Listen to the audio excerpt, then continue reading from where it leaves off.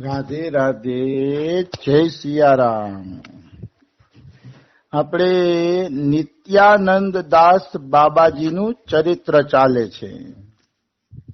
નિત્યાનંદ દાસ બાબામાં એક મહત્વનો ગુણ હતો. તૃણાદપી સુનિચેન તરોરીવ સહિષ્ણુના અમાનીના માનદેન કીર્તનીય સદા હરિ. આ ચૈતન્ય મહાપ્રભુના જીવનનો મુખ્ય શ્લોક છે. ચૈતન્ય મહાપ્રભુને કોકે પ્રશ્ન કર્યો કે અમે જે ભગવાન નામનું કીર્તન કરીએ છીએ એ ભગવાન નામનું કીર્તન સફળ કેવી રીતે થાય? એ નામ કીર્તન સફળતા પ્રાપ્ત કરે એના માટે શું કરવું જોઈએ? ત્યારે ચૈતન્ય મહાપ્રભુએ 3 શરત મૂકી. તૃણાદપી સુનિચેન. તૃણાદપી સુનિચેન એટલે તણખલાથી પણ નીચા બનીને રહેવાનું છે. પેલી શરત તો આ તૃણાદપી સુનિચેન. બીજી છે તરોરીવ સહિષ્ણુના, વૃક્ષ જેવા સહનશીલ બનવાનું છે. વૃક્ષ જેવા. અને અમાનીના માન દેન, અમાની બનીને બીજાને માન દેવાનું છે. અને પછી કીર્તનીય સદા હરિ, અને પછી જે કીર્તન કરશે ને એ ભગવત પ્રાપ્તિ કરી લેશે. મતલબ તણખલાથી તુચ્છ બનો, વૃક્ષ જેવા સહનશીલ બનો, અને પોતે માનની ભૂખ ન રાખીને બીજાને માન આપો. આ 3 શરતનું પાલન કરીને જે કીર્તન કરશે એ ભગવાનની પ્રાપ્તિ કરી લેશે. નિશ્ચિત, એમાં કોઈ એટલે કોઈ શંકા નથી. આવી વાત છે. તો તૃણાદપી સુનિચેન, દીનતાની તો નિત્યાનંદ દાસ બાબા મૂર્તિ જ હતા. નિત્યાનંદ દાસ બાબાની દીનતા કેવી? તો કે કેવી દીનતા હતી? તો કે એની સામે કોઈ દંડવત કરી જ ન શકતું. એ વૈષ્ણવને જોવે ને તો પોતે જ પેલા સામેથી દંડવત પ્રણામ કરતા. અને કરતો એ ગુરુ હતા, મોટા હતા, વડીલ હતા, અવસ્થામાં મોટા હતા, પણ કોઈની મજાલ નથી કે એને કોઈ દંડવત કરી શકે. એ જ સામેથી દંડવત કરતા એમ વૈષ્ણવ જોવે. અને ત્યાં સુધી આમાં લખ્યું છે કે એના પોતાના શિષ્યોને જ દંડવત કરતા. આટલી બધી દીનતા મેં ખરેખર કોઈ મહાપુરુષમાં જોઈ નથી. પોતાના જ શિષ્યોને દંડવત કરવા એવડી મોટી દીનતા તો મેં ખરેખર ક્યાંય વાંચી નથી અને જોઈ પણ નથી. ભલે બધા મહાપુરુષની અલગ અલગ રીત હોય, કોઈ શું દેખાડવા આવ્યા હોય, કોઈ શું દેખાડવા આવ્યા હોય, પણ નિત્યાનંદ દાસ બાબાના ચરિત્રમાં જે લખ્યું છે એવી વાત મેં વાંચી પણ નથી ને જોઈ પણ નથી. પોતાના જ શિષ્યોને દંડવત કરતા.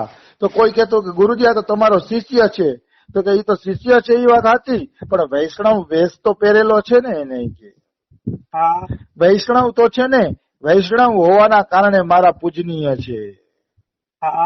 આવડી મોટી દીનતા હતી. એટલે દીનતા વગર ભાઈ ભક્તિ મળતી નથી. દીનતા પેલા હોવી જોઈએ.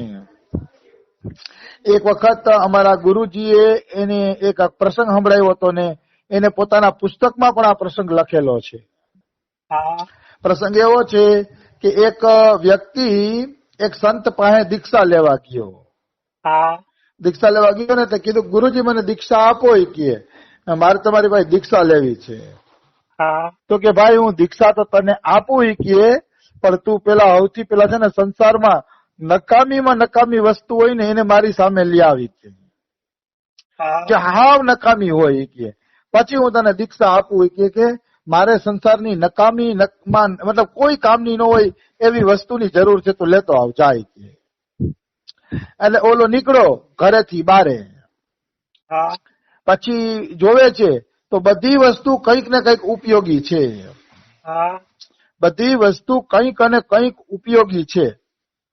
ગોતતા ગોતતા ગોતતા ઓહો એને 6-7 મહિના નીકળી ગયા. પણ આનું ચિંતન એક જ કે સંસારની એવી કઈ નકામી વસ્તુ છે કે જે હું ગુરુજી પાસે લઈ જાઉં.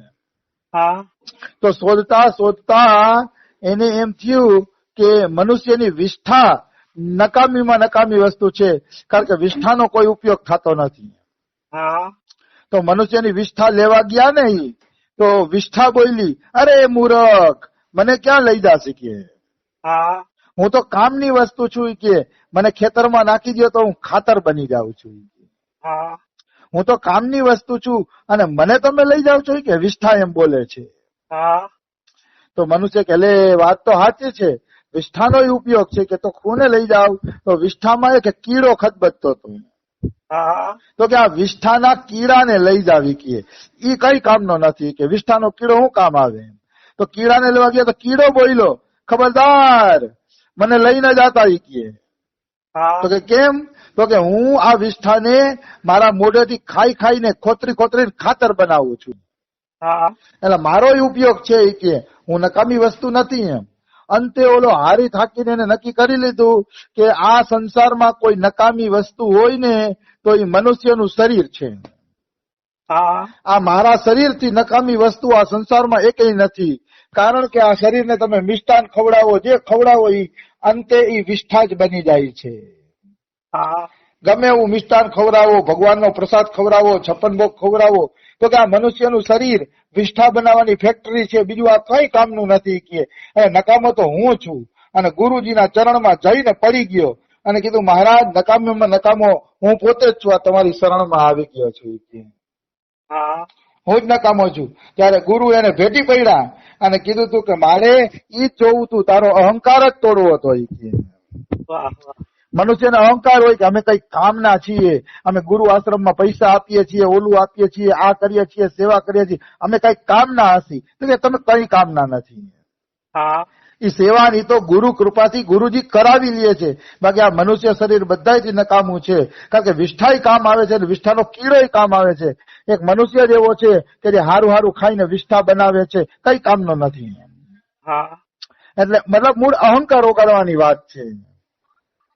તો ક્યારે અહંકાર કરવો જોઈએ નહીં કે મારું શરીર સુંદર છે, દેખાવડું છે, આવું છે, ફલાણું છે, હિંમત વાળું છે, તાકાત વાળું છે, એવા કોઈ દેખાવ કરવા જોઈએ નહીં. બિલકુલ. કારણ કે આ શરીર માંસનો લોચો છે, આની કઈ કિંમત છે જ નહીં. નિશ્ચિત કઈ કિંમત નથી. આવી વસ્તુ છે. તો દીનતા હોવી જોઈએ. દીનતા વગર ભક્તિ પ્રાપ્ત થતી નથી. તો આપણા નિત્યાનંદ દાસ બાબા દીનતાની મૂર્તિ હતા અને શિષ્યોને પણ દંડવત કરતા. આવી વસ્તુ છે. પછી કોઈ નિત્યાનંદ દાસ બાબાના વખાણ કરતું કે બાબા તમે તો સિદ્ધ મહાપુરુષ છો, તો ખૂબ રડતા કોક મૂકીને રડતા અને એમ કહેતા ભાઈ મારા કરતા તો ગટરનો કીડો પણ હારો. ગટરનો કીડો જેવો છે એવો દેખાય તો રહે છે, હું તો જેવો છે એવો દેખાતોય નથી. મારા કરતા તો કે ગટરનો કીડો સારો. એવડી એની દીનતા. દીનતા વગર ભક્તિ પાકતી નથી. મનુષ્યની ઓળખાણ જ છે, જેટલી દીનતા આવી છે એટલી જ એની ભક્તિ પાકેલી છે. અને દીનતા નથી તો ભક્તિ નથી. હા, પછી તમે અંગત ભક્તો બેઠા હોય ને કોઈ અનુભવની ચર્ચા થઈ જાય કે કોઈ એવી વાત થઈ જાય, એ વાત આખી અલગ છે. એ વાત આખી અલગ છે. બાકી દીનતાથી મોટું એકેય લક્ષણ નથી. ભક્તિ વધવાનું મોટું લક્ષણ દીનતા છે. એટલે તમારી અંદર દીનતા હોવી જોઈએ. આવી વસ્તુ છે. તો બાબા કોઈ વખાણ કરતા ને તોય એને ગમતું નહીં. એવડી એની દીનતા હતી બાબાની. કોઈ વખાણ કરે તો એને દુઃખ થતું. હવે એક વખત એવું બન્યું કે બાબા ભજનમાં બેઠા હતા. ભજનમાં બેઠા હતા ને તો એનો બાબાનો શિષ્ય એને દંડવત કરવા આવ્યો. તો એ શિષ્યએ વૈષ્ણવ વેશ ધારણ કરેલો હતો, સાધુનો વેશ ધારણ કરેલો હતો.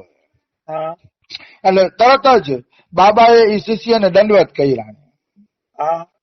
દંડવત કર્યા ને એટલે ઓલો શિષ્ય બહુ દુઃખી થયો. અરે ગુરુએ મને દંડવત કર્યા.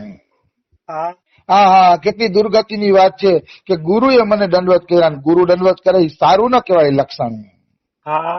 એટલે શિષ્યને બહુ દુઃખ થયું, રોવા માંડ્યો.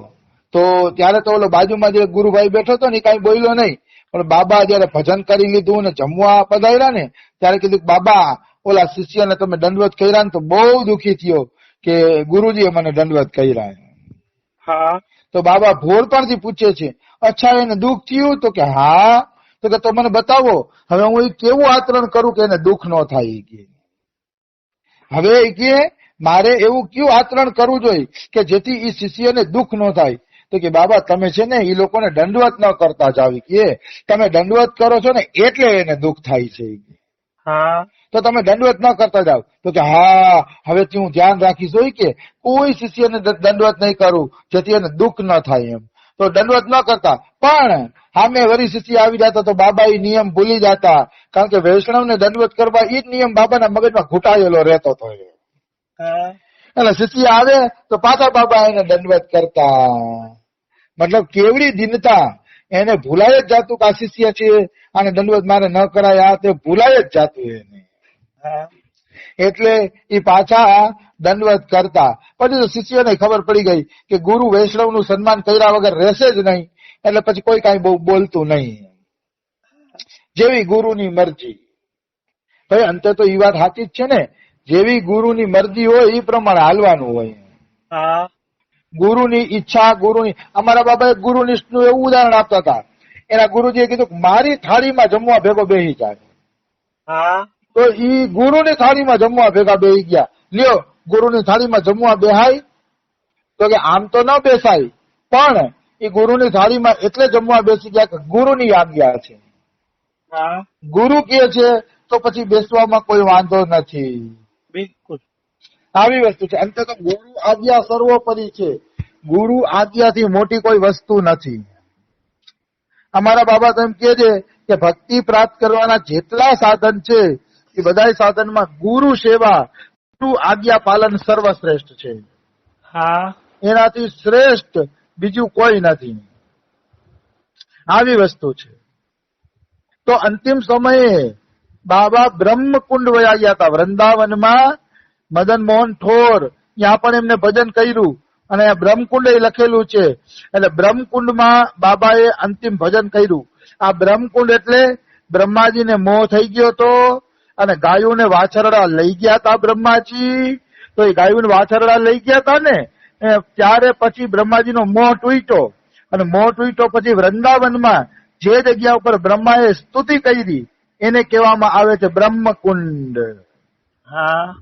એ બ્રહ્મકુંડમાં બાબાએ અંતિમ સમયે શરીર છોડ્યું અને ત્યાં જ પછી અંતિમ સમયે ભજન કર્યું. એટલે બાબા આવડા મોટા મહાપુરુષ હતા. એમાં એમના શિષ્યો મોટા મોટા મહાપુરુષો થયા. ગોરકિશોર શિરોમણી, વ્રજકિશોરદાસ બાબાજી, નરસિંહદાસજી, રામકૃષ્ણ પંડિત બાબા, આવા મોટા મોટા મહાપુરુષો એના શિષ્ય હતા. તો બાબાનું ચરિત્ર વિશ્રામ લઈએ છીએ. 1-2 મિનિટ બાકી છે એટલે હું તમને એમાં બીજું પ્રસંગ સંભળાવી દઉં કે દીનતા ભક્તિની અંદર અતિશય આવશ્યક છે. વિજય કૃષ્ણ ગોસ્વામીને બધા સંત માનીને દંડવત કરતા હતા. તો સંત માનીને દંડવત કરે ને એટલે વિજય કૃષ્ણ ગોસ્વામી બ્રાહ્મણ હતા. અદ્વૈત આચાર્યની કઈક 11મી પેઢીમાં હતા. એટલે આચાર્યનું સંતાન હતા. તો બધા એને દંડવત કરે. એટલે એને જોયું કે ભાઈ મને અભિમાન તો નથી આવી ગયું ને, કે આ બધા દંડવત કરે છે તો અભિમાન તો નથી આવી ગયું ને. તો કે હું ભિખારણને દંડવત કરું અને એને દંડવત કર્યા પછી જો મને શરમ લાગતી હોય તો હું માનીશ કે મને અભિમાન આવી ગયું છે. એટલે વિજય કૃષ્ણ ગોસ્વામી હાલતા થયા. સામે એક ભંગીના બેન વિષ્ઠાનો ટોપલો ભરીને હાઈલા આવતા હતા. એને વિજય કૃષ્ણ ગોસ્વામીએ દંડવત કર્યા. ઓલી ભંગી તો પાછી હટી ગઈ. અરે બાબા મને થોડા દંડવત કરાય. તો કે ના તું મારી માં છો, કારણ કે તને દંડવત કરીને આજે મને ખુદને અનુભવ થયો કે ના હજી મારામાં અભિમાન આવ્યું નથી. તો મારામાં અભિમાન નથી આવ્યું જ્ઞાન તને દંડવત કરીને થયા, એટલે તું મારી ગુરુ છો. એટલે અભિમાનનું આ લક્ષણ છે કે અભિમાન આવ્યું હશે ને એ નીચા વ્યક્તિને નમી શકશે નહીં.